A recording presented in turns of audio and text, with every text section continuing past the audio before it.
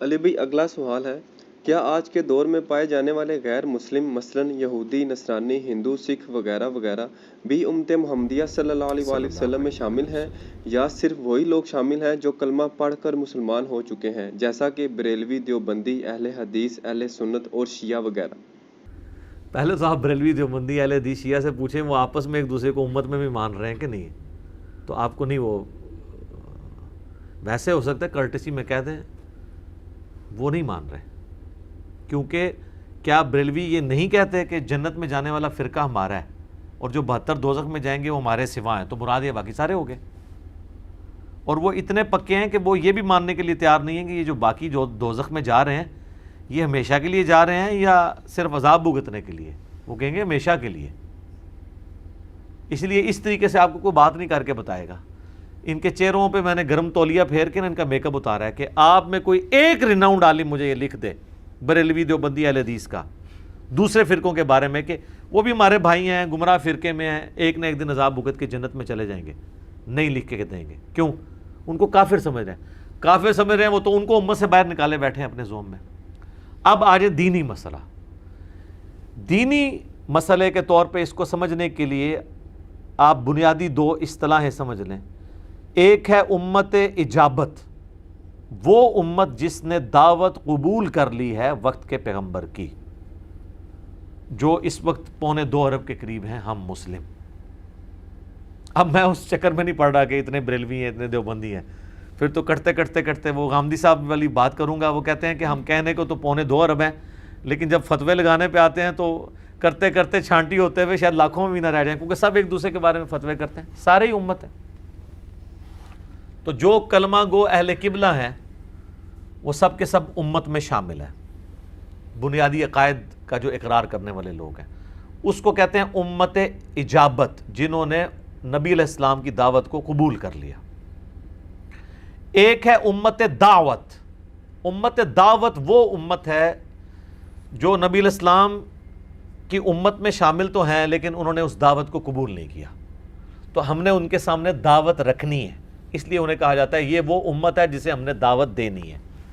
شہادت علی الناس کرتے ہوئے، جو نبی علیہ السلام نے بخاری مسلم میں آتا ہے نا، یوم النحر کا خطبہ دیا تھا کہ میں نے اللہ کا پیغام تم تک پہنچا دیا، سب نے کہا بلا یا رسول اللہ، آپ نے فرمایا اب تمہاری ذمہ داری ہے جو یہاں پہ نہیں ان تک یہ پیغام پہنچا دو۔ تو وہ نبی علیہ السلام نے شہادت علی الناس کی صحابہ پر، صحابہ نے باقی انسانیت کے اوپر، اور نسل در نسل مسلمان اس دعوت کو پھیلاتے رہے۔ تو اس اعتبار سے سب کے سب، چاہے وہ ایتھیسٹ ہوں، یہودی ہوں، نصرانی ہوں جنہیں ہم عیسائی کہتے ہیں، سکھ ہوں، بدھسٹ ہوں، یہ سب کے سب امت محمدیہ میں داخل ہیں صلی اللہ علیہ وآلہ وسلم، اس پورشن میں جنہوں نے دعوت قبول نہیں کی۔ امت تو ہے نا، امت سے کیسے انکار کر دیں؟ لوگ کہتے ہیں نہیں ان کو امت سے باہر نکالیں، امت سے کیسے باہر نکال دیں؟ جو لوگ مسلمان ہوئے ہیں یہ بھی پہلے کیا امت سے باہر تھے؟ اگر امت سے باہر تھے تو نبی علیہ السلام نے دعوت کیوں دی ہے ان کو؟ دعوت اس لیے دی کہ ان کی امت تھی، ان کی رسپانسبلٹی تھی۔ آپ اکیلے تھے نا، آپ نے دعوت دی تو کافر ایک ایک کر کے مسلمان ہوئے، تو اگر حضور یہی کہتے تم تو کافر ہو، میری امت سے خارج ہو، تو کام ہی نہ سٹارٹ ہوتا۔ تو کافر بھی امت میں داخل ہیں لاجیکلی سپیکنگ، تبھی تو نبی علیہ السلام کو دعوت دیتے رہے۔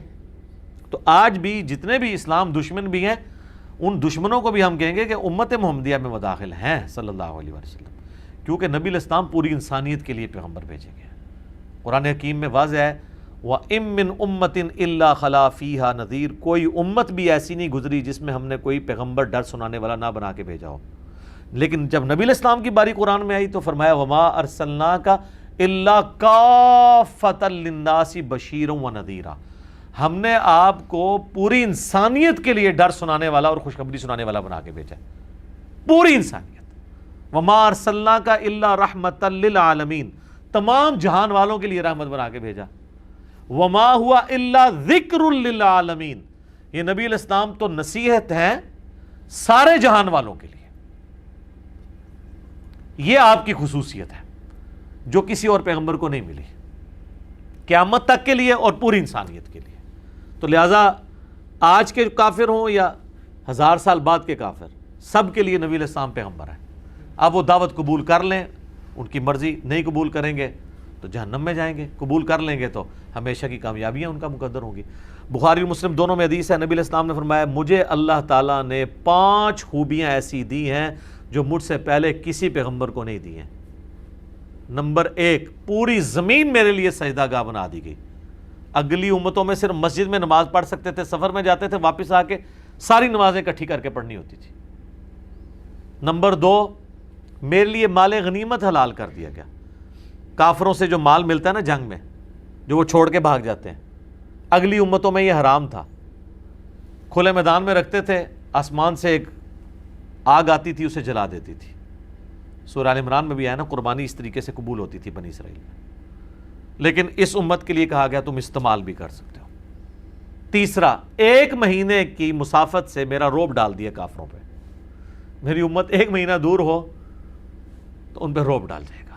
یہ جہاد حضور کو اللہ نے تلوار کے ساتھ، سر سورہ محمد کا نام سورہ قتال ہے، نبی الاسلام اور قتال لازم و ملزوم ہے۔ قرآن اور قتال نبی الاسلام کی 2 خصوصیات ہیں، اس سے کوئی جان نہیں چھڑا سکتا۔ اور چوتھی بات، آپ صلی اللہ علیہ وآلہ وسلم نے فرمایا باقی انبیاء کسی قوم قبیلے خاص لوگوں کے لیے آتے تھے، مجھے پوری انسانیت کے لیے اللہ تعالیٰ نے پیغمبر بنا کے بھیجا۔ اور 5واں، آپ صلی اللہ علیہ وآلہ وسلم نے فرمایا اللہ تعالیٰ نے مجھے شفاعت کا اذن دیا ہے جو کسی اور پیغمبر کو نہیں دیا۔ اور مسلم شریف میں ایک 6ٹھی خوبی بھی ساتھ ذکر کی، آپ نے فرمایا کہ مجھ پہ اللہ نے سلسلہ نبوت کو ختم کر دیا۔ اور ایک اور بخاری مسلم کی حدیث ہے جس میں آیا کہ مجھے اللہ نے جوامع کلمات دیے، کہ میں بات مختصر کرتا ہوں لیکن اس کے اوپر آپ کتابوں کی کتابیں لکھ سکتے ہیں۔ انما الاعمال بالنیات، جو بخاری کی پہلی حدیث ہے، مسلم میں بھی ہے، مشکات کی بھی پہلی حدیث ہی ہے۔ سر اس کے اوپر آپ ہزاروں صفحوں کی کتاب لکھ سکتے ہیں، جتنا اس کے اندر گہرا مضمون ہے کہ اعمال کا دار و مدار نیتوں کے اوپر۔ اس کی کرالٹی ذرا بنانا شروع کریں نا، پوری کی پوری ہماری معاشرتی زندگی اس کے اندر کور ہے۔ یہ ہے جوامع کلمات، بات مختصر اور مفہوم ایسا کہ ہر اینگل سے اس میں فٹ ہوگا۔ یہ آپ علیہ السلام کی خوبی۔ تو اس میں بھی آیا کہ پوری انسانیت کے لیے مجھے پیغمبر بنا کے بھیجا گیا۔ لہٰذا یہ کنسیپٹ کلیئر کریں۔ لوگ سمجھتے ہیں کہ وہ امت سے خارج ہیں، وہ جو امت سے خارج والی حدیثیں ہیں نا، وہ نبی علیہ السلام کی طرف سے وعیدیں ہیں، تھریٹس ہیں۔ جیسا کہ مسلم شریف میں حدیث ہے جس نے ملاوٹ کی وہ مجھ سے نہیں۔ اب یہ نہیں ہے کہ ملاوٹ کی ہے تو اب وہ نبی علیہ السلام کی امت سے، دین سے سب کچھ خارج ہو گیا۔ مراد یہ کہ وہ روحانی طور پر اگر سوچے ماننے والا میرا ہو اور ملاوٹ کرے تو کام تو غیروں کے کر رہا ہے، اگرچہ ہے میرا ہے لیکن کام غیروں والا ہے، تو گویا کہ غیروں والا ہے۔ یہ لنگوسٹک میں بات ہو رہی ہے۔ جیسا کہ بخاری مسلم میں آیا نکاح میری سنت ہے، فمن رغب عن سنتی فلیس منی، جس نے میری سنت سے اغراض کیا، اس سے بھاگنے کی کوشش کی، وہ مجھ سے نہیں ہے۔ اس کا یہ مطلب نہیں کہ وہ کافر ہو گیا یا امت سے خارج ہو گیا، مراد یہ کہ میرے ایک طریقے کو وہ چھوڑ بیٹھا۔ اچھا، نکاح کے اوپر تو سارے کہہ رہے ہوتے ہیں، آج تک کبھی کسی نے سنا ہے کہ جو نماز نہ پڑھے وہ میری امت سے خارج ہے؟ تو آپ کہیں گے اس کی کوئی حدیث بھی نہیں ہے۔ سر اس کے اوپر تو یہ والی حدیث ہونی بھی نہیں چاہیے تھی، ورنہ تو آپ بھاگ جاتے۔ اس کے اوپر حدیث اس سے زیادہ سخت ہے۔ صحیح مسلم 246، بندے کے کفر اور اسلام، شرک اور ایمان کے درمیان فرق نماز ہے۔ وہاں تو حضور علیہ السلام نے واضح الفاظ کفر کے بول دیے۔ یہاں تو آپ تعویل کر سکتے ہیں نا کہ جی وہ مجھ سے نہیں، مراد یہ ہے کہ جیسے ایک باپ بھی بیٹے کو کہہ دیتا ہے کہ میرا بیٹا نہیں ہے، اس کا یہ مطلب تو نہیں بیٹا تو نہیں ہوتا۔ واقعی یہی والی تعویل بنے گی اس میں کہ کرتوت تیرے میرے والے نہیں ہیں، لیکن ظاہر ہے اس سے تو دستبرداری تو نہیں ہو سکتی۔ لیکن جو نماز والا معاملہ ہے نا، وہاں آپ نے یہ لفظ نہیں استعمال کیا، کفر کے لفظ استعمال کیے۔ جامعہ ترمذی میں حدیث ہے، شقیق تابعی کہتے ہیں کہ میں نے صحابہ کرام کو تارک نماز کے علاوہ کسی کی تکفیر کرتے ہوئے نہیں دیکھا۔ صحابہ کرام تکفیر کرتے تھے نماز چھوڑنے والے کی۔ جامعہ ترمذی میں حدیث ہے، جس نے جان بوجھ کے نماز چھوڑی اس نے کفر کیا۔ من ترک الصلاۃ متعمدا فقد کفر۔ ہاں، پاکستان کے شناختی کارڈ میں وہ آپ اس کے ساتھ رحمۃ اللہ علیہ بھی لکھ لیں، بے شک کوئی فرق نہیں پڑے گا، اللہ کا کرائٹیریا اپنا ہے۔ اور یہ تو صرف حدیثیں ہیں۔ سر آپ قرآن میں آئیں تو قرآن تو ننگی تلوار ہے۔ منیبین الیہ، اس کی طرف رجوع لاؤ، واقیموا الصلاۃ، نماز کو قائم رکھنا، ولا تکونوا من المشرکین، اور مشرک نہ ہو جانا۔ نماز چھوڑنے والا مشرک ہے۔ تو یہ جو وعیدیں اس طرح کی آتی ہیں نا، وہ امت میں سے نہیں، وہ ان معاملوں میں بات ہو رہی ہوتی ہے۔ بہرحال امت اجابت میں مسلمان شامل ہیں، اور مسلمانوں کے علاوہ، مسلمانوں کے سوا جتنے اور ہیں، وہ سب کے سب نبی الاسلام کی امت ہیں۔ ہم نے ان کے سامنے دعوت رکھنی ہے، شہادت علی الناس کرنی ہے، آن دا بہاف آف پروفٹ، نبی الاسلام کے ڈاکیے کی حیثیت سے ہم نے اللہ کا پیغام ان تک پہنچانا ہے۔ وہ امت دعوت ہیں اور وہ اسلام قبول کریں گے، اور اس میں بھی اللہ تعالیٰ دیکھیں کتنی ڈیٹیل سے بیان کرتا ہے کہ تم اسلام دشمنی میں سب سے زیادہ پاؤ گے بڑھ کر یہودیوں کو، اور اللہ تعالیٰ فرما رہا ہے حتیٰ کہ مشرکین سے بھی بڑھ کے، اور تم اسلام کے سب سے قریب پاؤ گے نصارہ کو، کیونکہ ان میں قسیسین اور رہبان ہیں، وہ نرم دل لوگ ہیں، اللہ والے لوگ ان میں موجود ہیں، یعنی گاڈ کانشیسنس موجود ہے۔ اس زمانے میں بھی تھے، آج بھی تھے۔ اس لیے آپ دیکھیں جتنے لوگ غیر مسلم سے مسلمان ہو رہے ہیں، ان میں سے اکثریت مور دین 90% وہ کرسچنز ہیں، کیونکہ کرسچنز اور مسلمانوں میں کامن پرسنالٹی ہے عیسیٰ علیہ السلام کی۔ جیوز اور کرسچن میں حضرت عیسیٰ علیہ السلام کامن نہیں ہے۔ وہ ان کو خدا کا بیٹا بنائے بیٹھے ہوئے ہیں اتنے لیول پہ، اور دوسرے ان کو معاذ اللہ دجال بنائے بیٹھے ہوئے ہیں، بالکل 180 ڈگری ہے۔ تو اللہ تعالیٰ یعنی اس کا ذکر کرتا ہے یہود و نصارہ میں سے کون سے آپ کے زیادہ قریب ہیں، کون سے دور ہیں، وہ اسی لیے کہ آپ نے ان کو دعوت پیش کرنی ہے۔ پھر قرآن پاک میں درجنوں آیات ہیں کہ پوری انسانیت کے لیے قرآن کو بھیجا گیا ہے۔ ہدی للناس شہر رمضان الذی انزل فیہ القرآن ہدی للناس وبینات من الہدی والفرقان، قرآن پوری انسانیت کے لیے۔ سورۃ المائدہ میں تو آپ دیکھیں، سورۃ المائدہ اور سورۃ الاعراف کے اندر تو نبی علیہ السلام کی جس طریقے سے اللہ تعالیٰ نے شان بیان کی ہے کہ آپ علیہ السلام کی تو پریڈکشنز اللہ تعالیٰ نے اگلی الہامی کتابوں میں کر دی تھی کہ یہ پیغمبر آخر الزمان صلی اللہ علیہ وآلہ وسلم آنے والے ہیں، جن کی پیشگوئیاں تورات اور انجیل کے اندر موجود ہیں۔ یہ 177 سے آن ورڈ آپ کو 188 نمبر آیت یہ آ گئی نا جی، اور اس سے پہلے یہ اگلے دن ہم قرآن پاک پڑھ رہے تھے تو وہ آیات آئی بھی تھی کہ نبی علیہ السلام، اچھا یہ ان آیات کے کانٹیکسٹ میں ایک اور بڑی اہم بات ہے جو میں نے آپ سے ڈسکس بھی کرنی ہے۔ ہم لوگ نبی علیہ السلام سے اپنی محبت کا اظہار تو بڑی کرتے ہیں نا۔ یہ جناب آیت ہے 158، قل یا ایھا الناس انی رسول اللہ الیکم جمیعا، اے نبی تم فرما دو اے پوری انسانیت میں تم سب کے سب کی طرف پیغمبر، جمیعا،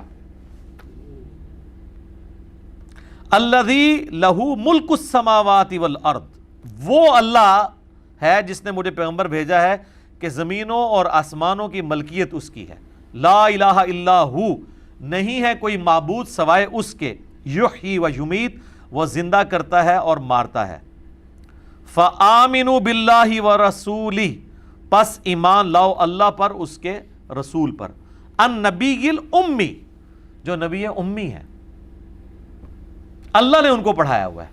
ایک معنی یہ ہے کہ وہ دنیاوی طور پہ پڑھے لکھے نہیں ہیں، اللہ نے انہیں پڑھایا۔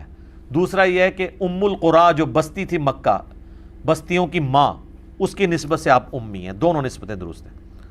الذی یؤمن باللہ وکلماتہ واتبعوہ لعلکم تہتدون، اب آپ نے کیا کرنا ہے؟ نبی علیہ السلام کے اوپر کی اتباع کرنی ہے اور ان کے اوپر جو کتاب نازل ہوئی اس کے اوپر ایمان لے کے آنا ہے۔ اچھا، اس سے پہلے ایک اور ٹاپک ڈسکس ہوا ہے، اس سے پچھلی آیت 157 میں، الذین یتبعون الرسول النبی الامی، وہ لوگ جو کہ پیروی کرتے ہیں اہل ایمان کی، اللہ نے نشانی بتائی ہے کہ اس رسول نبی امی کی، یجدونہ مکتوبا عندہم فی التوراۃ والانجیل، جس کا ذکر وہ پاتے ہیں لکھا ہوا تورات اور انجیل میں۔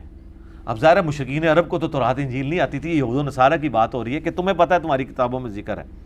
یأمرہم بالمعروف وینہاہم عن المنکر، جو انہیں نیکیوں کا حکم دیتے ہیں اور برائیوں سے روکتے ہیں، وَيُحِلُّ لَهُمُ الطَّيِّبَاتِ، اور حلال چیزیں جو پاک چیزیں ان پہ حلال کرتے ہیں، وَيُحَرِّمُ عَلَيْهِمُ الْخَبَائِثَ، اور خبیث چیزیں ان کے اوپر حرام کرتے ہیں، اور اس سے بھی بڑھ کر وَيَضَعُ عَنْهُمْ إِصْرَهُمْ وَالْأَغْلَالَ الَّتِي كَانَتْ عَلَيْهِمْ، اور جو ان پہ بوجھ تھا اور جو زنجیریں تھی ان کے گردنوں کے اوپر وہ ان سے چھڑا دی ہیں۔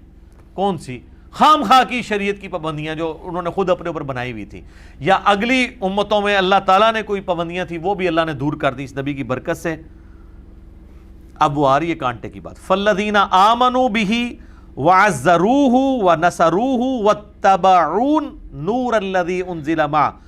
تو اللہ تعالیٰ فرما رہا ہے جو لوگ اس پر ایمان لائیں گے، ان کی عزت کریں گے اور اس نبی کی مدد کریں گے اور پیروی کریں گے اس نور کی یعنی قرآن کی جو ان کے ساتھ نازل ہوا، اولئک ھم المفلحون، ایسے لوگ ہوں گے فلاح والے۔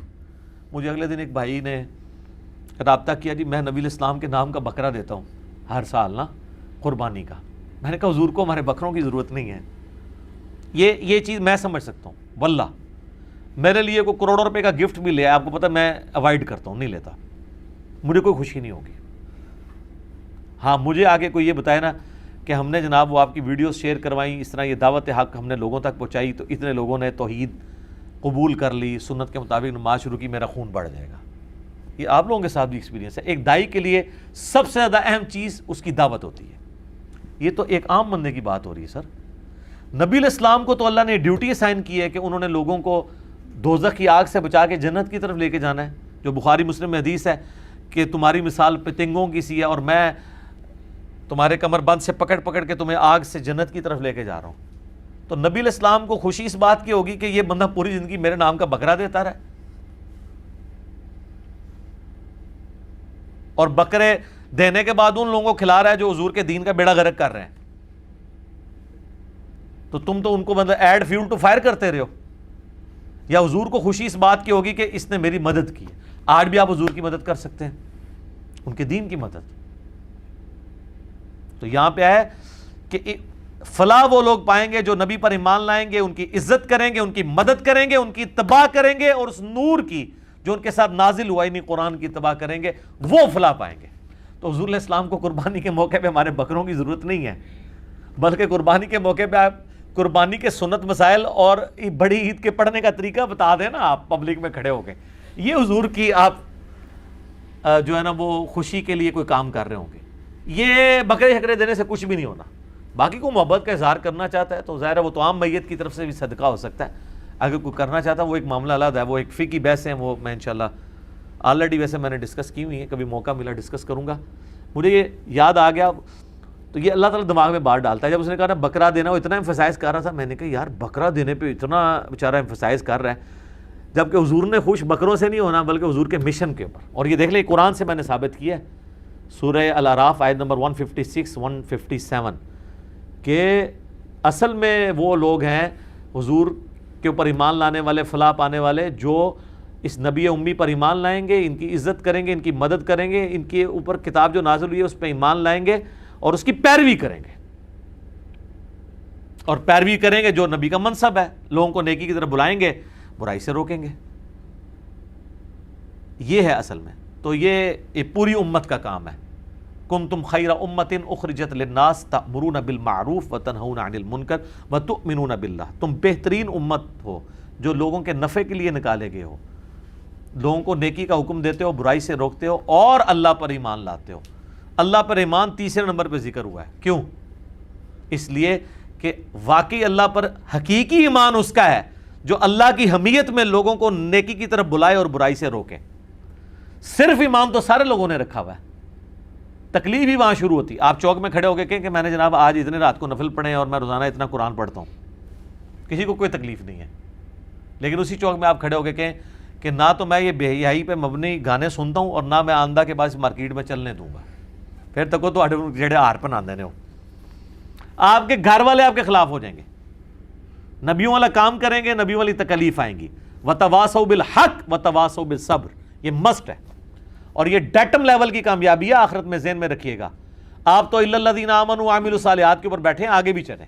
یہ کیٹاگوریکل ڈینائی اللہ نے کیا ہے، والعصر، زمانہ گواہ ہے اس بات کے اوپر، ان الانسان لفی خسر، بے شک انسان ہمیشہ خسارے میں ہی رہا ہے۔ دیکھ لو حضرت نوح علیہ السلام کے ساتھ 78 لوگ بچے ہیں، باقی سب برباد ہوئے ہیں۔ لوط علیہ السلام کی 2 بیٹیاں بچی ہیں، باقی سب برباد ہوئے ہیں۔ قوم فرعون بھی تباہ ہوئی ہے۔ یہ زمانہ اس بات کی گواہی دیتا آ رہا ہے کہ اکثریت انسانی گھاٹے میں، سوائے ان کے الا الذین آمنوا، سوائے ان کے جو ایمان لے آئیں، وعملوا الصالحات، اور نیک عمل کریں. بہت آسان. اے سی والے کمرے میں نوافل پڑھنا کتنا آسان ہے، لیکن اصل مسئلہ ہے وہ تیسرا، وتواصوا بالحق، لوگوں کو حق بات کی وصیت کریں. سر حق بات آپ کریں تو باپ سے بیٹا نہیں سنتا، بیٹے سے باپ نہیں سنتا. آپ لوگوں کو جا کے رفع دین کی حدیثیں سنا کے دیکھ لیں. اور وتواصوا بالصبر، اس کا لازمی نتیجہ پھینٹی ہے. جب حق بات کریں گے تو آپ کو صبر کرنا پڑے گا. یہ 4 شرائط ہیں.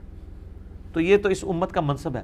اور آپ یہ جو ہم ختم نبوت کے اوپر اتنا خوش ہو رہے ہوتے ہیں نا کہ نبی علیہ السلام خاتم النبیین ہے، یہ ہم نے ٹاپک صرف قادیانیوں کے ساتھ لڑنے کے لیے رکھا ہوا ہے. حالانکہ اس کی روحانیت کو دیکھیں، یہ خاتم النبیین حضور کیوں ہے؟ یہ آپ کو ٹائٹل کیوں ملا ہے؟ اس لیے کہ آپ کی امت کو نبوت کا کام شفٹ کیا گیا کہ اب نبی کوئی نہیں آئے گا، نبیوں والا کام یہ امت کرے گی. یہ اس امت کا ٹائٹل جو ہے وہ حضور کی امت ہونا نہیں ہے، بلکہ آپ کی ختم نبوت کی وجہ سے، آپ کے مشن کو آگے لے کے چلنے کی وجہ سے. وہ الٹیمیٹلی جب حضور کے ساتھ نسبت کر رہے ہوتے ہیں اس کے پیچھے ریزن کیا ہے؟ صرف حضور کے ساتھ کو نام جوڑ لے تو نام تو جناب ابو لہب کا بھی جوڑا ہوا ہے، حضور کا چچا نہیں ہے، ہاشمی نہیں ہے. ہمیں جو نبی علیہ السلام کی نسبت کی وجہ سے اس امت میں ہونے کا فائدہ ہے، وہ اس وجہ سے نہیں کہ نبی علیہ السلام کے ساتھ نسبت ہے، اس وجہ سے کہ آپ صلی اللہ علیہ وآلہ وسلم خاتم النبیین ہے، اور ختم نبوت کی برکت سے نبیوں والا کام امتیوں کو ٹرانسفر ہو گیا ہے. یہ اتنا بڑا کام ہے کہ نبیوں والا کام ہے، اس کی وجہ سے یہ امت اگلی امتوں پر افضل ہے. اور یہ چونکہ حضور کی نسبت کی وجہ سے ملا ہے، ہم اس لیے کہتے ہیں ہم خوش نصیب ہیں، حضور کی امت ہے. پیچھے ریزن یہ ہے، آج تک آپ کو کسی مولوی نے بتائی ہے؟ وہ جی نبیوں نے تمنا کیتی ہے اس امتی چاہنے دی، کیوں؟ وجہ دسو. کنتم خیر امت اخرجت للناس تأمرون بالمعروف وتنہون عن المنکر. تبلیغی جماعت والے یہ بات کر رہے ہوتے ہیں، لیکن جس انداز میں نے کی ہے نا، اس انداز میں ان کی بھی جرت نہیں کر جائیں. وہ کس طرح کہیں گے کہ جی فضیلت یہ نہیں ہے کہ آپ نبی کی امت ہے، فضیلت یہ ہے کہ نبی علیہ السلام پہ خاتم النبیین ہے، نبوت ختم ہوئی ہے. آپ چونکہ آخری نبی ہیں، آپ کی وجہ سے امت میں ایک کام ٹرانسفر ہوا ہے. اس کام ٹرانسفر ہونے کی وجہ سے چونکہ آپ کو نبیوں والا کام ملا ہے، اس وجہ سے آپ کی امت اگلے نبیوں کی امت سے افضل ہے کہ پوری انسانیت تک انہوں نے شہادت علی الناس کرنی ہے. اس پہ مولانا مودودی کا ایک چھوٹا سا کتابچہ بھی ہے، شہادت علی الناس. اور یہ شہادت علی الناس کا ذکر قرآن حکیم میں سورۃ الحج کے اندر بھی آیا ہے، سورۃ البقرہ کے اندر ہے. سورہ حج والا ذرا ٹاپک اس اعتبار سے ہے کہ اس میں ہمارے لیے ایک درس عبرت بھی ہے. میں وہ پڑھ دیتا ہوں آپ کو. سورہ حج کی آخری آیت ہے 78. وَجَاهِدُوا فِي اللَّهِ حَقَّ جِهَادِ، اللہ کی راہ میں کوشش جاری رکھنا جیسا کہ حق ہے. اس میں قتال بھی شامل ہے، دین کی تبلیغ بھی شامل ہے، کیونکہ جہاد آیا. وَاجْتَبَاكُمْ وَمَا جَعَلَ عَلَيْكُمْ فِي الدِّينِ مِنْ حَرَج، اس نے تمہیں چن لیا ہے اے امت محمدیہ، اور دین کے معاملے میں کوئی تم پر تنگی نہیں رکھی. ملت ابیکم ابراہیم، پیروی کرو اپنے باپ ابراہیم کی ملت کی. هُوَ سَمَّاكُمُ الْمُسْلِمِينَ، جس نے تمہارا نام مسلم رکھ دیا تھا. من قبل، اس قرآن کے نزول سے پہلے. وفی ہذا، اور اس قرآن میں اللہ نے بھی تمہارا نام مسلم رکھ دیا ہے. آگے سنیں. لیکون الرسول شہیدن علیکم، تاکہ یہ رسول تم پر گواہی دیں. کیا گواہی دیں؟ اللہ کا پیغام تم تک پہنچائیں. جو بخاری مسلم میں آتا ہے، کیا میں نے پیغام پہنچا دیا؟ صحابہ نے کہا پہنچا دیا. مسلم کے الفاظ ہے، آپ نے 3 دفعہ یہ انگلی اللہ کی طرف بلند کر کے صحابہ کی طرف کی. اے اللہ گواہ رہنا. اللہم اشہد، اللہم اشہد، اللہم اشہد. یہ وہ لفظ ہے شہید، تاکہ رسول اللہ تم پر شہید بنے. وَتَكُونُوا شُهَدَاءَ عَلَى النَّاسِ، اور تم پوری انسانیت پر شہادت علی الناس. یہ شہادت علی الناس یہاں سے مودودی صاحب نے لفظ، اور سر یہ قرآن میں صدیوں سے یہ لفظ لکھے تھے. ان کو ایز اے ٹرمز پبلک کو بتانا کہ شہادت علی الناس ایک چیز ہے. میرا یہ چیلنج ہے، مولانا مودودی سے پہلے یہ ٹرم آپ کسی مفسر، کسی محدث کی دکھا دیں. وہ تو ہم بحثیں کرتے رہے ہیں کہ رفع دین کرنا ہے یا نہیں کرنا، خون نکلنے سے وضو ٹوٹتا ہے یا نہیں ٹوٹتا، کیونکہ پوری دنیا میں ہماری حکومت تھی، کوئی کام کرنے کو آئے نہیں تھا. حکومت بھی پہلے تھی تو اب ہم نے لڑائی جھگڑے کرنے تھے نا. یہ تو جب ہمیں اللہ تعالیٰ نے انگریزوں کی شکل میں، تاتاریوں کی شکل میں ہم پہ جو عذاب مسلط کیا، اس کے بعد ہمیں ہوش آیا کہ ہم دین کو دوبارہ لرن کریں. پھر مودودی صاحب جیسے لوگ پیدا ہونے کو شہادت علی الناس پائی. اے لفظ دیکھو، وَتَكُونُوا شُهَدَاءَ عَلَى النَّاسِ، اور تم رسول اللہ کے بیان پہ پوری انسانیت تک اللہ کے گواہ بن جاؤ. فَأَقِيمُوا الصَّلَاةَ، پس قائم رکھو نماز وآتوا الزکاۃ اور زکوٰۃ ادا کرتے رہو واعتصموا باللہ اور اللہ سے چمٹ جاؤ. اللہ سے چمٹنا کیا ہے؟ قرآن سے چمٹنا. یہ وہی لفظ ہے واعتصموا بحبل اللہ جمیعا ولا تفرقوا جو غدیر خم کی حدیث میں قرآن اور اہل بیت ہے, اور وہاں پہ الفاظ ہے قرآن اللہ کی رسی ہے, اس میں ہدایت ہے, اس میں نور ہے, جو اس کو پکڑے گا ہدایت پہ ہوگا, جو چھوڑ دے گا گمراہ ہو جائے گا. مسلم شریف میں 4 حدیثیں ہیں 6228 تک 6225 سے. ہوا مولاکم وہ تمہارا پشت پناہ ہے, فنعم المولا ونعم النصیر تو کیا ہی پشت پناہ ہے وہ اور کیا ہی مددگار ہے وہ. اس پہ 17واں پارہ بھی ختم ہوتا ہے اور سورہ حج بھی مکمل ہوتی ہے. یہ ہے شہادت علی الناس پوری انسانیت کے لیے. تو بات کہاں سے کہاں شروع ہوئی تھی؟ امت اجابت اور امت دعوت. نبی علیہ السلام کی جس امت نے دعوت قبول کر لی وہ امت اجابت ہے, اور جنہوں نے قبول نہیں کی ان تک ہم نے شہادت علی الناس کرتے ہوئے بات پہنچانی ہے, وہ امت دعوت ہے. ٹھیک ہو گیا جی؟ الحمدللہ.